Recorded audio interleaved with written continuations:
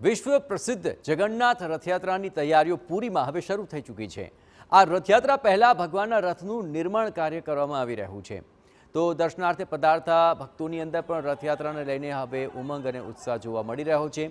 ભારતના સૌથી પ્રતિષ્ઠિત તહેવારોમાંનો એક એટલે કે પુરીની જગન્નાથ રથયાત્રા 27 જૂન 2025થી તેનો પ્રારંભ થનારો છે અને આ વાર્ષિક કાર્યક્રમ જેને રથોત્સવ તરીકે પણ ઓળખવામાં આવે છે। ભગવાન જગન્નાથજી તેમના ભાઈ બલભદ્ર અને બહેન સુભદ્રાજીની જગન્નાથ મંદિરથી ગુંડીચા મંદિર સુધીની આ યાત્રાની ઉજવણી કરવામાં આવે છે। ઉત્સવમાં વિશ્વભરના લાખો ભક્તો જોડાતા હોય છે। પ્રતિવર્ષ શ્રદ્ધાળુઓ આ રથયાત્રાની પરંપરાઓ અને આધ્યાત્મિક મહત્વને લઈને જોડાવા માટે આતુર રહેતા હોય છે। 9 દિવસના આ ઉત્સવ પહેલા રથ નિર્માણનો પ્રારંભ શરૂ થઈ ચૂક્યો છે।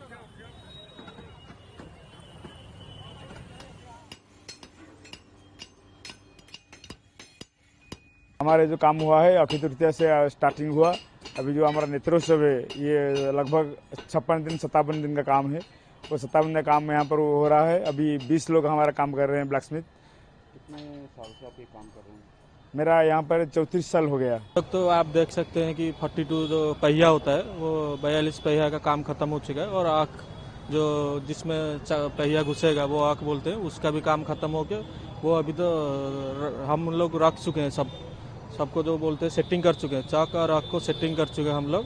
और हमारे चाली में अभी तो चल रहा है कि जो गौरव का काम होता है वो चल रहा है। बहुत ध्यान पूर्वक देख रही हूँ कि किस तरह कितनी मेहनत से अपने हाथों से रथ को बनाया जा रहा है कि जगन्नाथ भगवान अपने बहन भाइयों के साथ यहाँ यात्रा में निकलेंगे, भ्रमण करेंगे। नहीं मिला नहीं है, लेकिन ये कि अब हम आए हैं तो बनते हुए देख रहे हैं कि आधे से ज्यादा काम हो चुका है। जिस रथ को आप टीवी पे देखते थे वो रथ को बनते हुए देख रहे हैं तो कितना बहुत अच्छा महसूस हो रहा है, बहुत ज्यादा।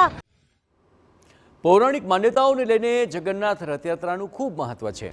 માન્યતા અનુસાર ભગવાન જગન્નાથજીને બહેન સુભદ્રાજીએ શહેરની પરિક્રમા કરવાની વિનંતી કરી હતી અને ત્યારબાદ ભગવાન જગન્નાથે રથમાં બેસી તેમની બહેનને શહેરની પરિક્રમા કરાવી। આ નગર પરિક્રમા દરમિયાન તેઓ તેમની માસીના ઘરે ગયા અને ત્યાં 7 દિવસ સુધી રોકાણ કર્યું।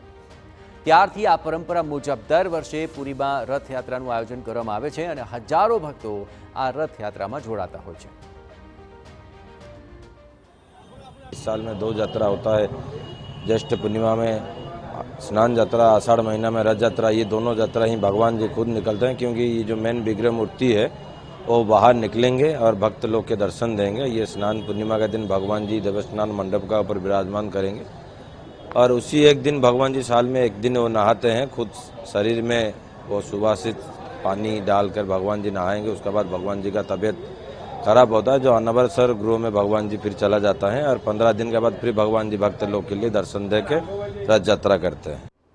રથયાત્રા પહેલાંની તૈયારીઓ અક્ષય તૃતીયાથી જ શરૂ થઈ જાય છે, જેમાં મુખ્ય તૈયારી રથના નિર્માણ કાર્યની છે। રથયાત્રા ઉત્સવની તિથિ પર જો નજર કરીએ તો 11 જૂને સ્નાન પૂર્ણિમાએ ભવ્ય સમારોહની અંદર દેવતાઓને 108 કળશના જળથી સ્નાન કરાવાશે।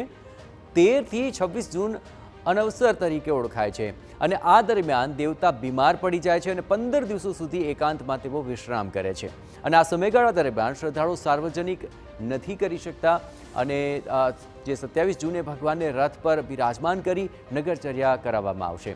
સ્થાનિક વહીવટીતંત્ર દ્વારા તૈયારીઓને આખરી ઓપ અપાઈ રહ્યો છે। વિશ્વભરમાંથી પધારતા ભક્તોને કોઈ અગવડ ન પડે તેનું ખાસ વ્યવસ્થાઓ દ્વારા ધ્યાન રખાઈ રહ્યું છે।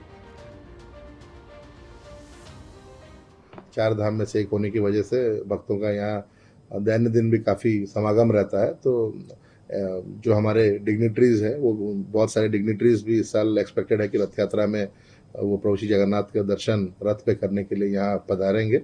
तो उसके लिए भी जो इनिशियल असेसमेंट है वो असेसमेंट किया गया है और उसके तहत सारी तैयारियाँ की जा रही है, जिसमें चीफ सेक्रेटरी सर के नेतृत्व में एक मीटिंग भी की गई थी। આજે ભીમ એકાદશી અને આ પર્વને લઈને જગન્નાથ મંદિરની અંદર ભક્તો ઉમટ્યા છે। જેઠ સુદ એકાદશી એટલે કે ભીમ 11। ભીમે આ નિર્જળા એકાદશી કરી હોવાથી તેને ભીમ 11 તરીકે પણ ઓળખવામાં આવે છે। આ 11 કરવાથી સમગ્ર વર્ષની 11નું પુણ્ય મળતું હોવાની પૌરાણિક માન્યતા છે। એકાદશીના પર્વને લઈને અમદાવાદના જગન્નાથ મંદિરમાં મોટી સંખ્યામાં ભક્તો ઉમટ્યા અને ભગવાનને પાણીનો ઘડો, કેરી અને હાથ પંખો ચડાવાયો। વેદવ્યાસજીએ પાંડવોને એકાદશીના વ્રતનું મહત્વ જણાવ્યું હતું, પરંતુ ભીમે કહ્યું કે વર્ષની તમામ એકાદશીએ તે ઉપવાસ નહીં કરી શકે, ત્યારે વેદવ્યાસજીના કહ્યા અનુસાર ભીમે જ્યેષ્ઠ સુદ એકાદશીએ નિર્જળા ઉપવાસ કર્યો, તેથી આ એકાદશી ભીમ અગિયારસ તરીકે ઓળખાય છે।